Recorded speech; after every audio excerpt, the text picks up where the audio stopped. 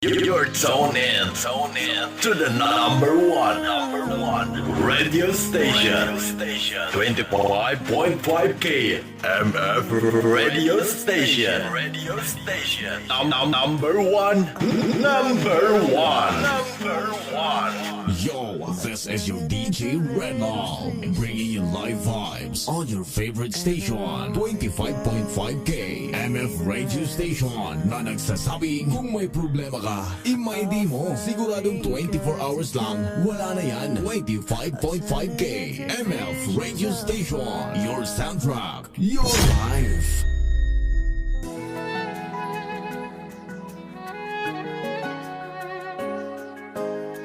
Sa dinami-dami ng tao sa mundong ito, dito lang pala sa Waki App matatagpuan ang isang pusong kayang manggulo, patibok, at tuluyang pumana sa puso ni Xinghua.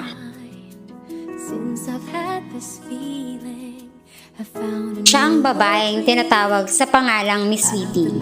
Simple, totoo, at may tamis na hindi mo inaasahan pero ramdam mo sa bawat salita.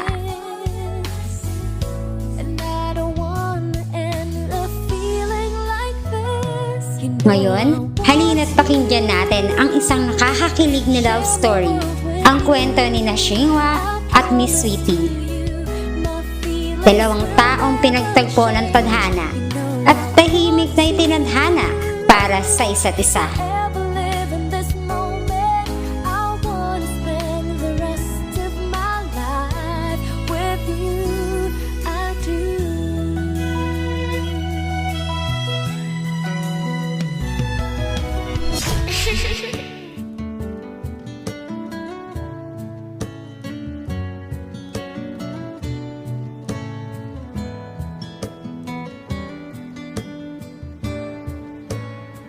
Hindi ko akalaing sa isang simpleng chat na pwede ba kitang maging kaibigan, magsisimula ang kwento.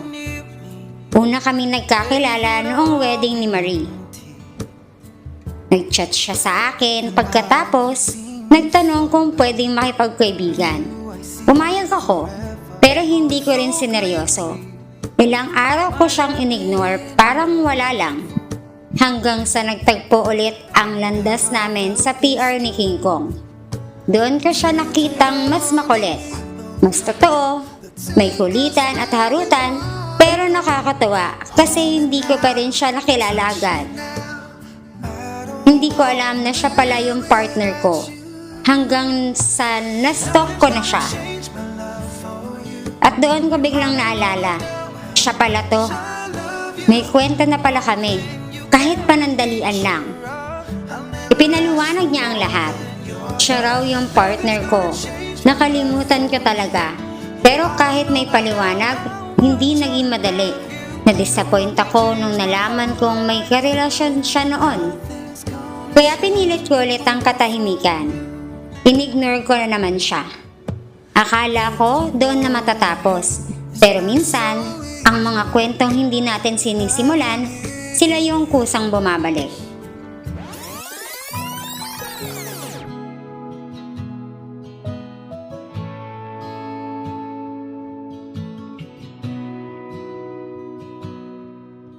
Dumating ang araw na si Marina ang mismong nag-offer na ipakilala siya sa akin ulit. Doon unti-unting bumukas ang puso ko.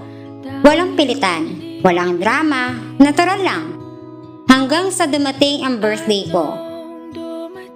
Hindi ko na malaya na tayo na pala.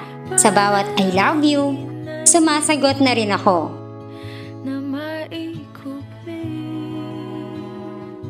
Hindi dahil napilitan, kundi nararamdaman ko na. At nung nagbigay siya ulit ng singsing, doon ako tuluyang na-amaze. Doon ko na-realize na seryoso siya at totoo. Sa araw-araw naming pag-uusap, mas nakilala ko siya. Hindi perpekto pero totoo. Hanggang sa dumating kami sa puntong nagplano na kami na bumuo ng isang pamilya. May mga bagay na hindi ko akalaing may isip ko ulit. At ngayon, nandito kami. magkasama pa rin. Kasama kayo. Sabi ko sa kanya, thankful ako kahit hindi naasahan, kahit walang plano, nakilala ko siya. Minsan pala, ang pag-ibig hindi hinahanap. Dumadating lang, kahit ilang beses mo pa tong i-ignore.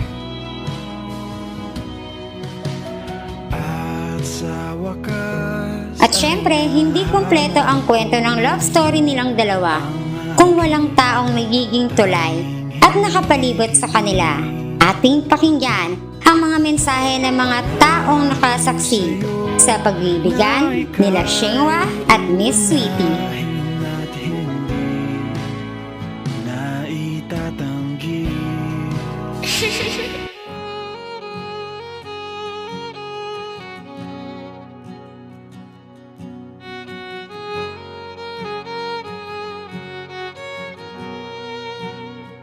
Hello Daddy and Beb, happy first mensahe sa inyong dalawa. Stay strong. Kung anong nasimulan nyo, sana ipagpatuloy nyo. Wish ko para sa iyo sana mahanap mo na yung hinahanap mo sa kanya. Alam ko may pagmamahal ka para sa kanya kasi yun nga sabi mo na hindi ko kayang iwan siya na ang bait-bait niya, sabi mo sa akin, di ba? So, mahinahanap ka sa kanya, yun yung sabi mo, mahinahanap ka na hindi mo pa nakita sa kanya. Hindi mo pa naramdaman. Sana, makita mo na yun, mahanap mo na yun, kung ano yun, kung magiging kayo, ito lang masasabi ko, stay strong, sana magtagal kayo. Hindi lang dito sa Waki, hindi to lang dito sa virtual, sana in real life na magkasama kayo hanggang dulo.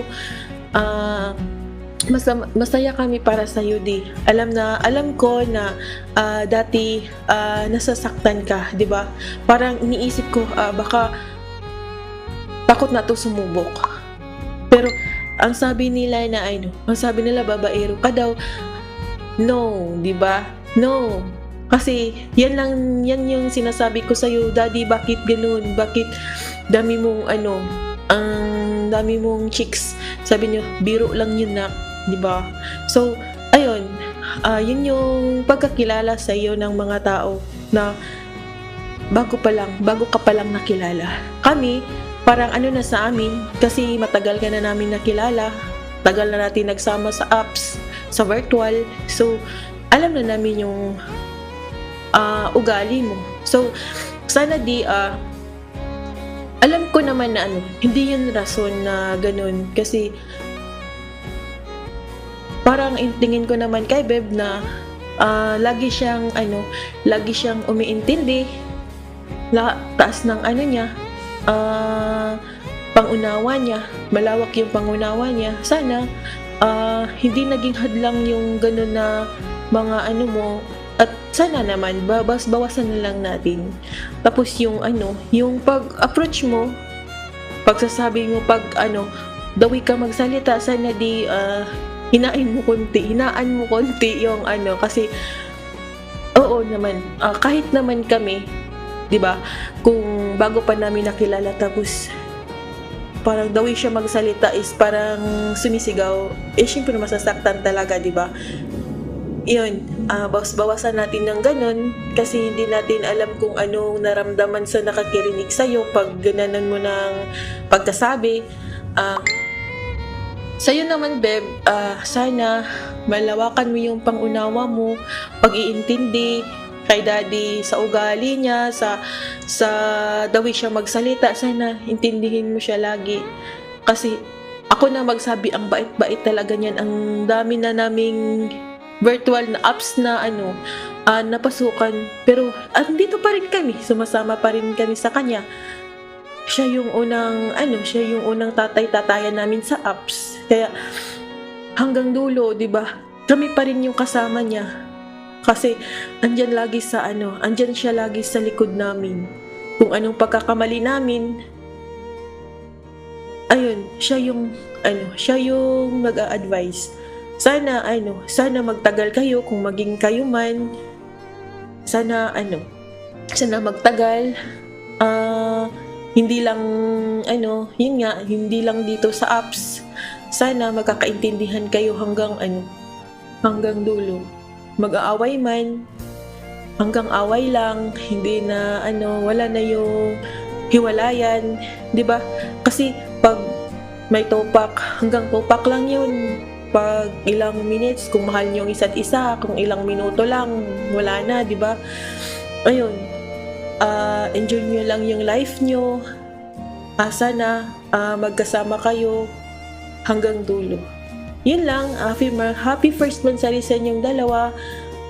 Sana magtagal tayo dito na makasama pa namin kayo. Yun lang. Salamat.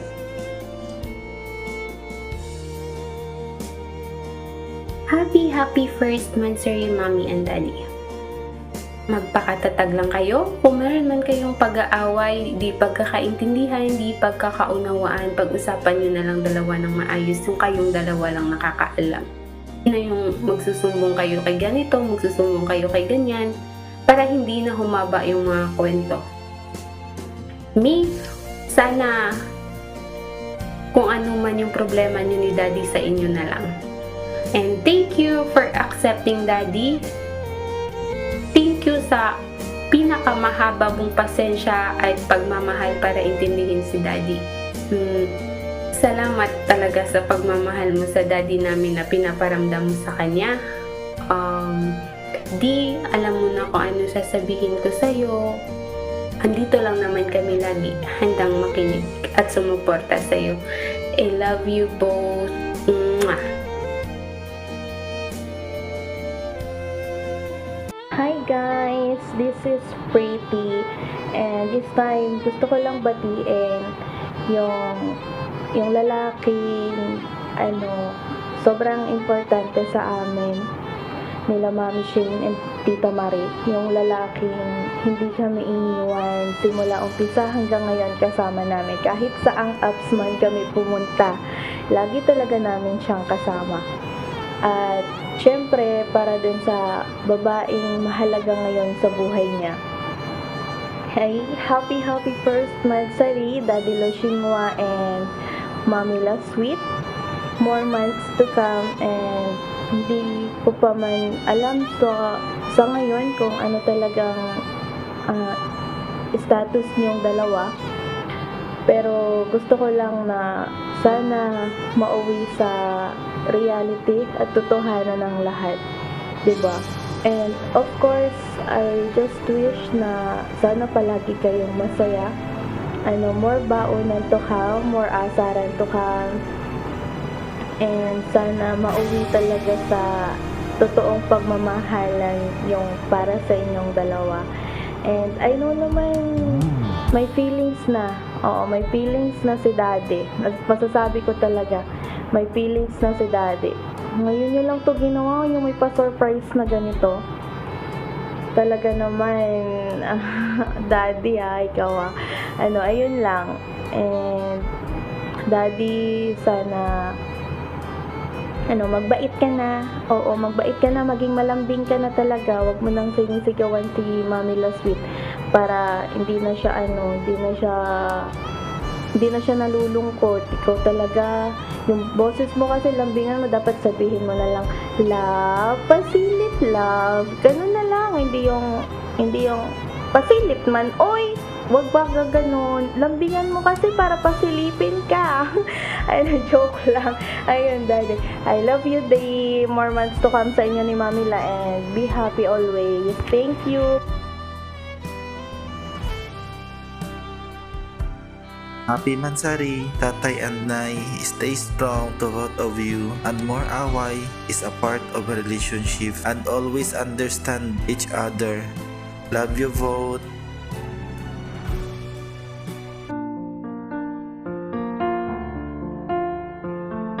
Ako lang i-greet og happy mansari si Xinhua Kang ug si Sweetie. Happy 1 month sari sa inyong dalawa. Sana magtagal pa kayo lalo. At kapag may problema, laging tatandaan, mas pipiliin mag-ayos kaysa maghiwalay. God bless po sa inyong dalawa. Mama Chuk. Hello sa lahat, ako nga pala si Rene, ang lalaking nagmamahal sa nag-iisang apo ni Daddy Loshingwa.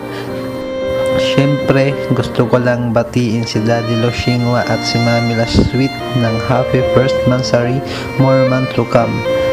Ingat kayo palagi at lagi lang magmahalan. Mama Chuk Chuk.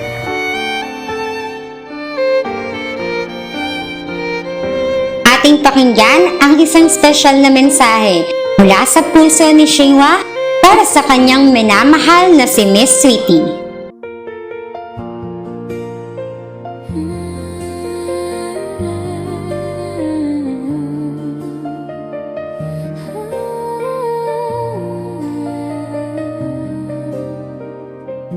Mahal, happy mansari sa atin.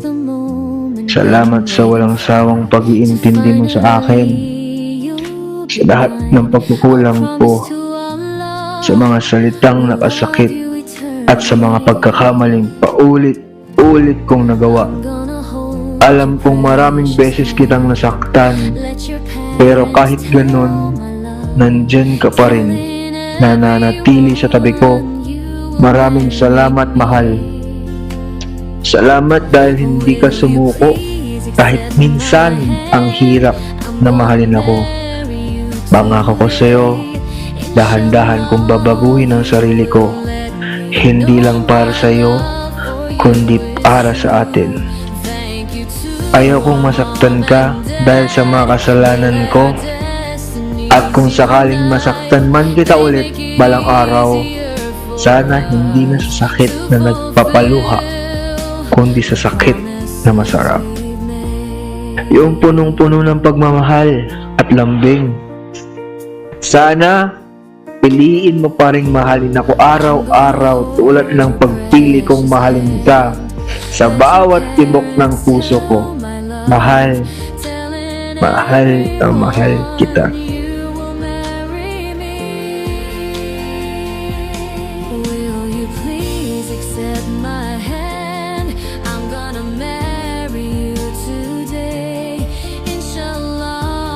Hindi man perpekto ang simula, hindi man inaasahan ng lahat, pinili pa rin nilang manatili sa isa't isa.